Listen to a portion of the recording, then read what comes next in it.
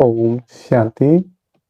पिताश्री ब्रह्मा बाबा जी के पुण्य स्मृति दिवस पर सुनाने के लिए बाप दादा के मधुर महावाक्य।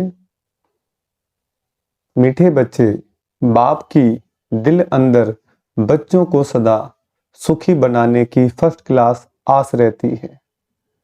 बाप यही चाहते हैं कि मेरे बच्चे लायक बन स्वर्ग के मालिक बने। ओम शांति। बच्चे जानते हैं, अभी भगवान सम्मुख बैठकर हमको ज्ञान के गीत सुनाते हैं, वह ज्ञान की डांस कराते हैं।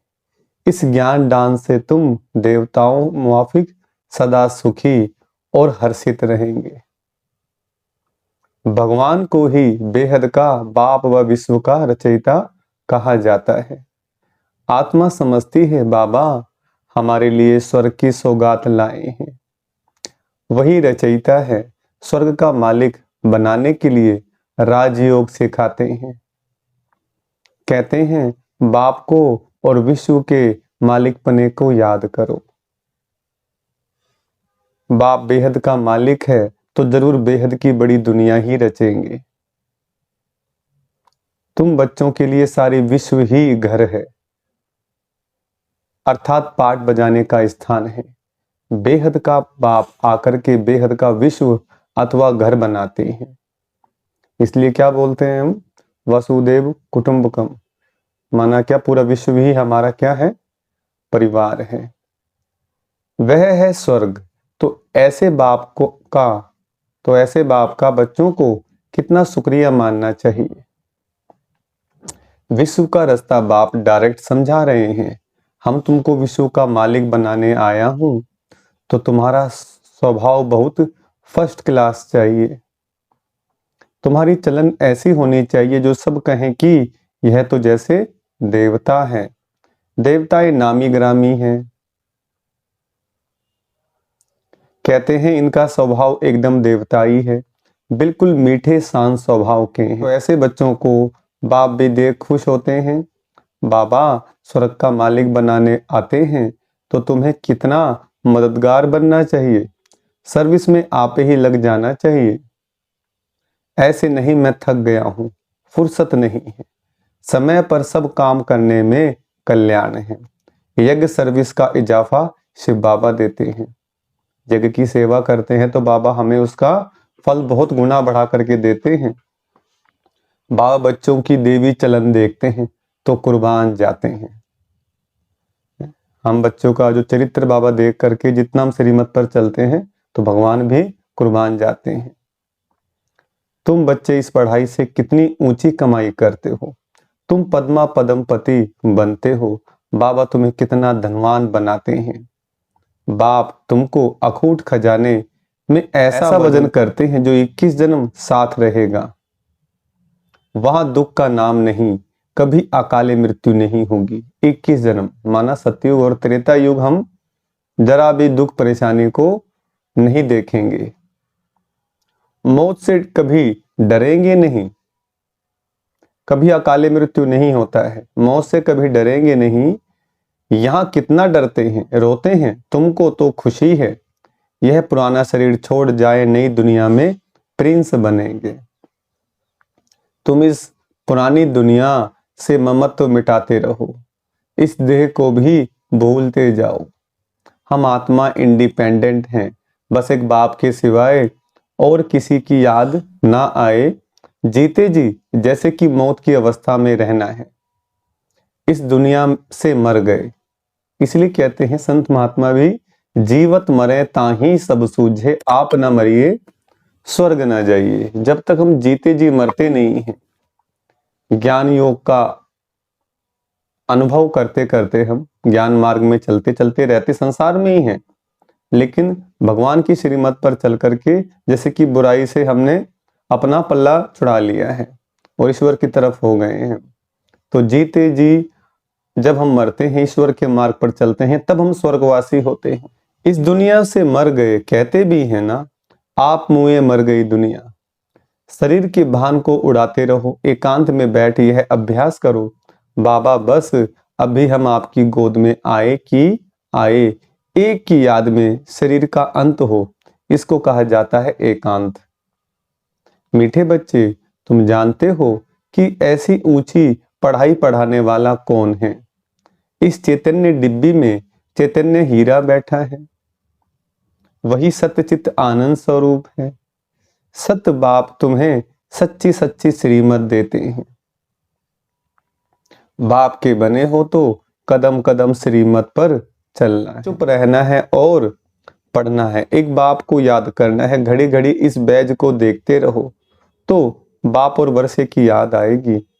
याद से ही तुम जैसे सारे विश्व को शांति का दान देते हो। हर एक बच्चे को अपनी प्रजा भी बनानी है, माना लोगों को संदेश देना है। हर आत्माओं वारिस भी बनाने हैं। मुरली कोई भी मिस नहीं करनी चाहिए। बाबा बहुत प्यार से समझाते हैं, मीठे बच्चे अपने पर रहम करो, कोई अवज्ञा नहीं करो।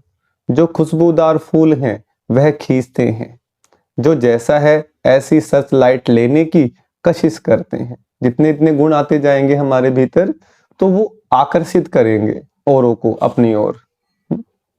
तो बाबा कहते हैं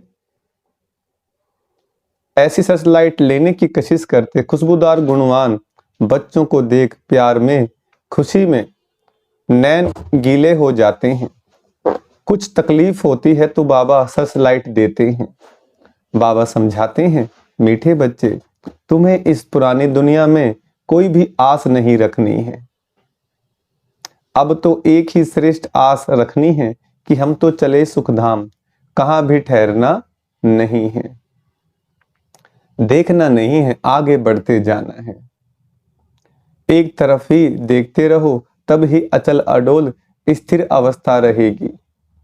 अब यह दुनिया खत्म होनी ही है, इसकी बहुत सीरियस हालत दुनिया की। इस समय सबसे अधिक गुस्सा प्रकृति को आता है, इसलिए सब खल्लास कर देती है। तुम जानते हो यह प्रकृति अभी अपना गुस्सा जोर से दिखाएगी कि व्यक्ति ने, मनुष्यों ने क्या किया, प्रकृति का मिसयूज किया। तो पांचों तत्व क्या है? बाढ़, भूकंप, भूचाल वगैरह जो भी हैं। बताते हैं बाबा के जो भी समुद्र किनारे हैं सिटीज, वो तो रहेंगी ही नहीं। जैसे बॉम्बे हमने पानी को सुखा सुखा करके बनाया है, तो बाबा कहते हैं सब ये समुद्र की उसमें बह जाएंगे।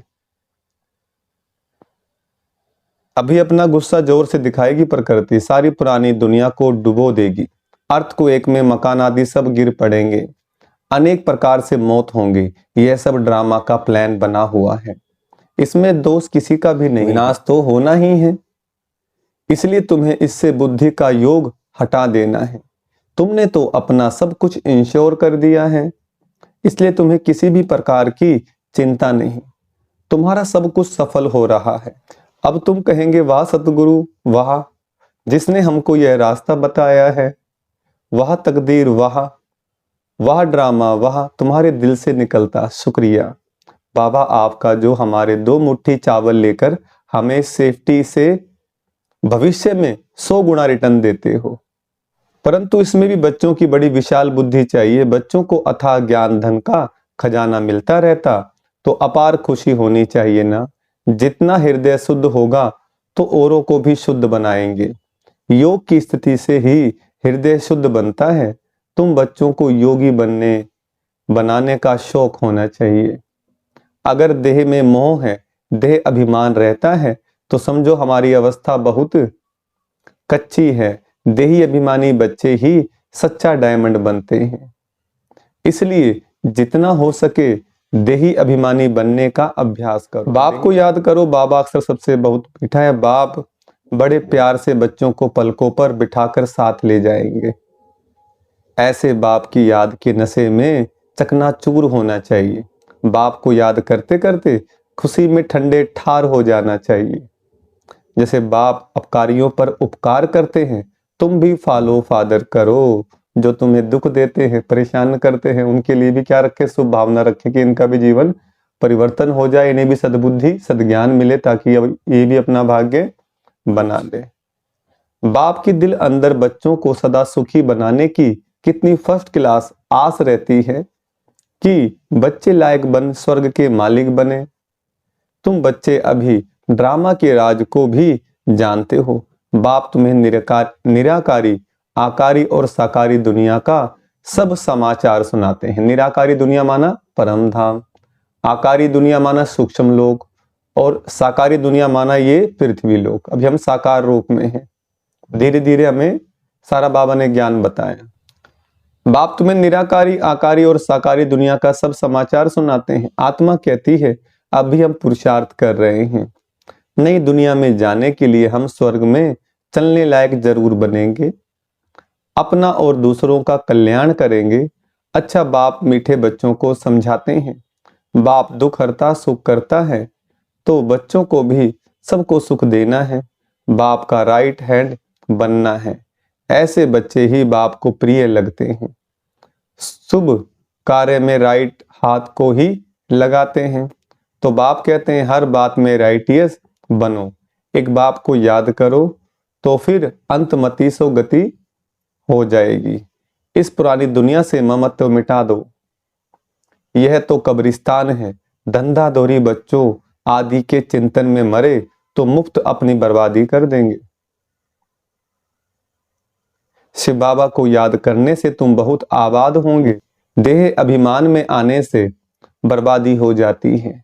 देही अभिमानी बनने से आबादी होती है। आत्म अभिमानी बनने से आबादी, और देह के बहाने में जीना और मरना, इसमें क्या है, पूरी बर्बादी है। धन की भी बहुत लालच नहीं रखनी चाहिए। उसी फिक्रात में शिव बाबा को भी भूल जाते हैं। बाबा कहते देखते हैं सब कुछ बाप को अर्पण कर फिर हमारी श्रीमत पर कहां तक चलते हैं। शुरू शुरू में बाप ने भी ट्रस्टी हो दिखाया ना। ब्रह्मा बाबा ने जब उनके तन में शिव बाबा की प्रवेशता हुई, उनको अनुभव होने लगे, साक्षात्कार होने लगे, तो क्या किया उन्होंने, अपना सारा धन संपत्ति जो भी थी, माताओं को ट्रस्टी बना करके सब कुछ अपने वो भगवान को अर्पण कर दिया, और खुद परमात्मा की याद में अपने आप को सेवक समझ करके अपना पूरा जीवन सरेंडर कर दिया। जब जागृति आई तभी, जब जागो जब ही सवेरा। तो बाबा ने हमें जगाया है अज्ञान की नींद से। ईश्वर अर्पण कर खुद ट्रस्टी बन गया। कौन? ब्रह्मा बाबा। अब हमें भी ऐसे ही बनना है। बस ईश्वर के काम में ही लगाना है। विघ्नों से कभी डरना नहीं चाहिए। जहां तक हो सके सर्विस में अपना सब कुछ सफल करना है। ईश्वर अर्पण कर ट्रस्टी बन रहना है। अच्छा, मीठे मीठे सिकलदे बच्चों पर थी मात पिता बाप दादा का याद प्यार गुड मॉर्निंग। रूहानी बाप की रूहानी बच्चों को नमस्ते। हम रूहानी बच्चों की रूहानी बाप दादा को याद प्यार गुड मॉर्निंग और नमस्ते। अव्यक्त महावाक्य रिवाइज है। 15 अप्रैल 1974 की मुरली है। क्या सभी उन्नति की ओर बढ़ते जा रहे हो? सदा लगन में मगन और विघ्न विनाशक यह दोनों निशानियां क्या अनुभव में आ रही हैं? विघ्न विनाशक बनने के बजाय विघ्नों को देख अपनी स्टेज से नीचे तो नहीं आ जाते हो? क्या अनेक प्रकार के आए हुए तूफान आपकी बुद्धि में तूफान तो पैदा नहीं करते हैं? चेक करने बाबा कि चेक करो अपनी स्थिति को। जैसे कोई के द्वारा तोहफा मिलता है तो बुद्धि में हलचल नहीं होती है बल्कि उल्लास होता है। जब कोई गिफ्ट देता है, कोई उपहार देता है तो कैसा लगता है? अच्छा लगता है, खुशी होती है। इसी प्रकार आए हुए तूफान उल्लास बढ़ाएं या हलचल बढ़ाते हैं। माना कोई भी परीक्षा आई, कोई समस्या आई तो क्या है, उसके अंदर कल्याण समाया हुआ है, हमें समझ में नहीं आता है। एग्जाम आते हैं किस लिए? बच्चों को आगे बढ़ाने के लिए, अगली क्लास में जाए। ऐसी परीक्षाएं आती हैं, समस्याएं आती हैं हमें मजबूत बनाने के लिए। उसमें हारना नहीं, हताश निराश नहीं होना। अब कहते हैं अगर तूफान को तूफान समझा तो हलचल होगी, और तोहफा समझा वह अनुभव किया तो उससे उल्लास और हिम्मत अधिक बढ़ेगी। यह चढ़ती कला की निशानी। घबराने के बजाय गहराई में जाकर अनुभव के नए नए रत्न इन परीक्षाओं के सागर से प्राप्त करेंगे, क्योंकि हलचल के अंदर रत्न समाये हुए हैं। ऊपर ऊपर से अर्थात बाह्य मुक्ता की दृष्टि और बुद्धि द्वारा देखने से हलचल दिखाई देगी अथवा अनुभव होगी, लेकिन उसी आई हुई बातों को अंतर्मुखी दृष्टि व बुद्धि से देखने से अनेक प्रकार के ज्ञान रत्न अर्थात पॉइंट्स प्राप्त होंगी। इसलिए क्या कहते हैं, जो होता है अच्छे के लिए होता है। अगर कोई भी बात को देखते या सुनते हुए आश्चर्य अनुभव होता है, माना कोई बात आई लेकिन आश्चर्यचकित हो रहे हैं, शॉक्ड हो रहे हैं, ये क्या आ गया, ऐसा तो नहीं होना चाहिए, तो यह भी फाइनल स्टेज नहीं है। ऐसा तो होना नहीं चाहिए। ड्रामा के होने पर अगर ऐसा भी संकल्प उत्पन्न होता है तो इसको भी अंश मात्र की हलचल का रूप कहेंगे। अब तक भी क्यों क्या का क्वेश्चन अगर उठता है तो इसका अर्थ है हलचल। जितना विघ्न आना आवश्यक है उतना विघ्न विनाशक स्थिति में रहना, यही हर्षित रहने का साधन है। नथिंग न्यू, कुछ भी नया नहीं है, पहले भी हुआ है, पहले भी विजय पाई थी और अब फिर विजय पा रहे हैं। मूर्ति तैयार हो रही है हथौड़े की चोट से। तो बाबा कहते हैं हर्षित रहने का साधन है नथिंग न्यू, कुछ भी नया नहीं, यह फाइनल स्टेज। यदि कोई भी हलचल का कर्तव्य करते हो, वह पाठ बजाते हो, तो सागर समान ऊपर से हलचल भले ही दिखाई दे रही हो, अर्थात चाहे कर्मेंद्रियों की हलचल में आ रहे हो, लेकिन स्थिति नथिंग न्यू की हो। कुछ भी कार्य कर रहे हलचल वाला ऊपर से, लेकिन अंदर से कैसी स्थिति हो, एकदम अचल अडोल हो। एकाग्र एक रस एकांत अर्थात एक रचयिता और रचना के अंत को जानने वाले त्रिकालदर्शी की स्टेज पर आराम से शांति की स्टेज पर स्थित हैं, या कर्मेंद्रियों की हलचल आंतरिक स्टेज को भी हिला देती है।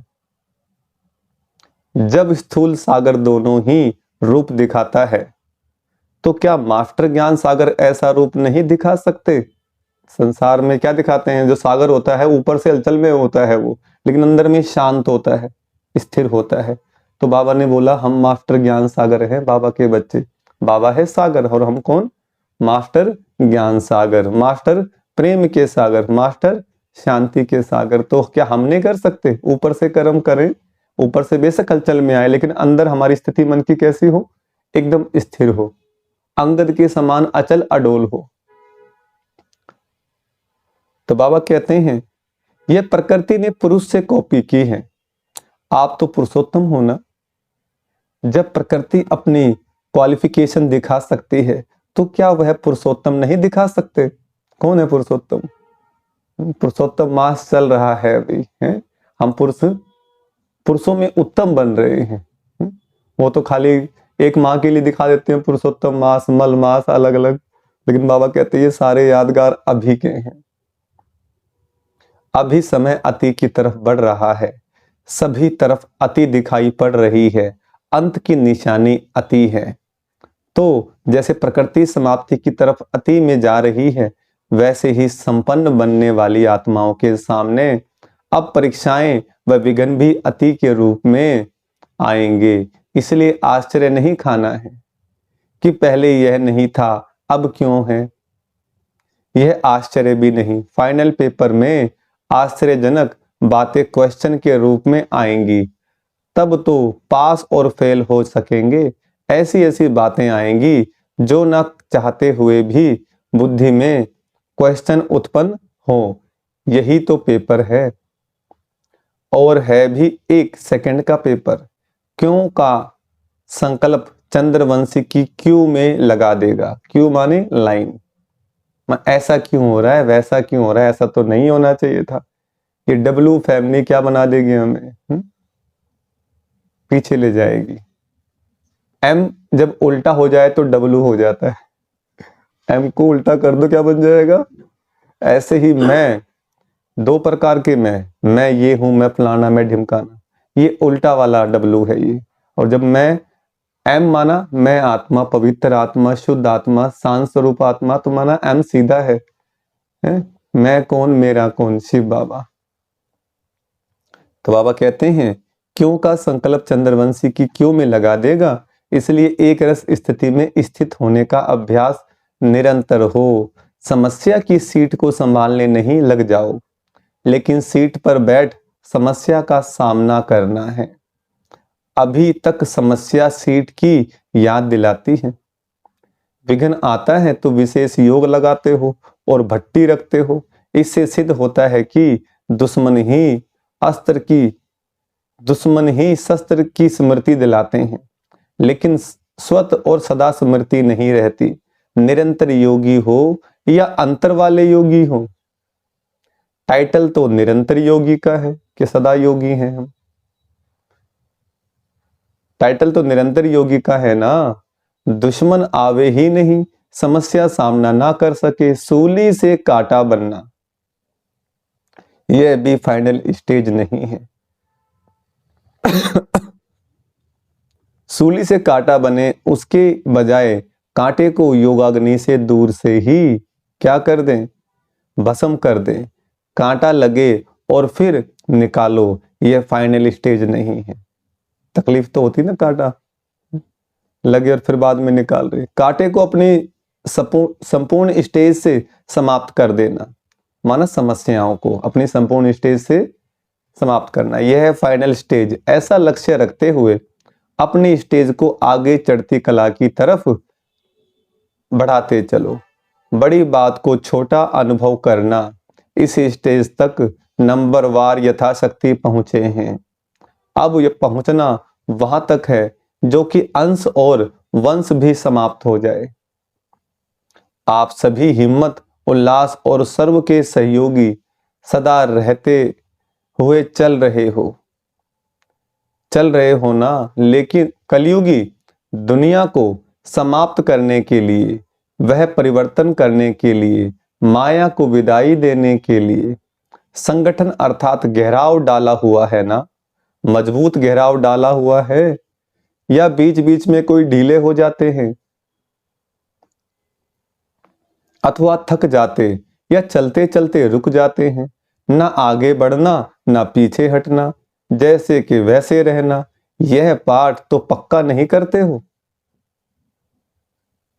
समय धक्का लगाएगा तो चल पड़ेंगे, ऐसा सोचकर जहां के तहां रुक तो नहीं गए हो।